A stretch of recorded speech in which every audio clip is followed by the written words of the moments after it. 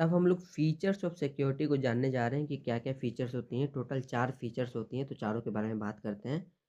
पहला जो हमारा फीचर होता है सिक्योरिटीज़ का, वो होता है कि इसमें 2 पार्टी इन्वॉल्व होती है। एक पार्टी को हम लोग इश्यूअर कहते हैं, दूसरे को इन्वेस्टर कहते हैं। इन्वेस्टर जो पैसा लगाता है और इश्यूअर जिसके पास पैसा आता है, ठीक?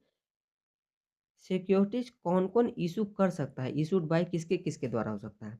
या तो कोई कंपनी सिक्योरिटीज़ दे रही हो, या फाइनेंशियल इंस्टीट्यूशन आपको सिक्योरिटीज़ दे रही होगी, या कोई गवर्नमेंट जो है आपको सिक्योरिटीज़ दे रहा होगा।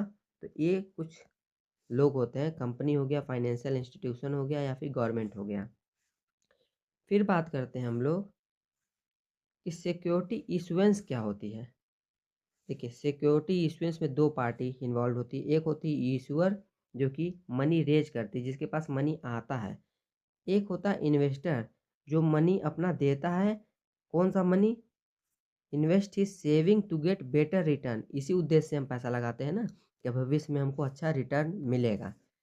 थर्ड की बात करते हैं कि ये जो भी सिक्योरिटी प्रोवाइड किया जाता है, इसमें कुछ टर्म्स एंड कंडीशन होते हैं, उसी के बेसिस पे आप कैपिटल रेज़ कर सकते हैं। आप कुछ टर्म एंड कंडीशन सब पेपर वर्क वगैरह होता है, उसी के बारे में ये बताया गया है। फोर्थ हो गया कि जब हम पैसा लगाते हैं तो हम इन्वेस्टर बन जाते हैं उस कंपनी में। तो हमारे पास कुछ क्लेम हो जाता है। वो क्लेम कौन-कौन सा होता है? फर्स्ट क्लेम होता है हमारा ओनरशिप का। हम कुछ पोर्शन उस कंपनी का ओन करने लगते हैं। सेकंड हो गया पार्टिसिपेशन इन कंपनी अफेयर। हमारे पास वोटिंग राइट्स हो जाती है। हम वोट कर सकते हैं बोर्ड मेंबर्स के लिए कि कौन सही है, कौन नहीं है। अफेयर्स एंड मैनेजमेंट, वही मैनेजमेंट की बात हो गई जो कि हमारा बोर्ड मेंबर की बात होती है, बोर्ड मेंबर। फोर्थ हो गया क्लेम ऑन कंपनी एसेट। जब कभी कंपनी डूबती है तो उसके सारे एसेट्स को बेच के हम लोग का पैसा वापस करना कंपनी की ज़िम्मेदारी होती है। यही बात है इसमें।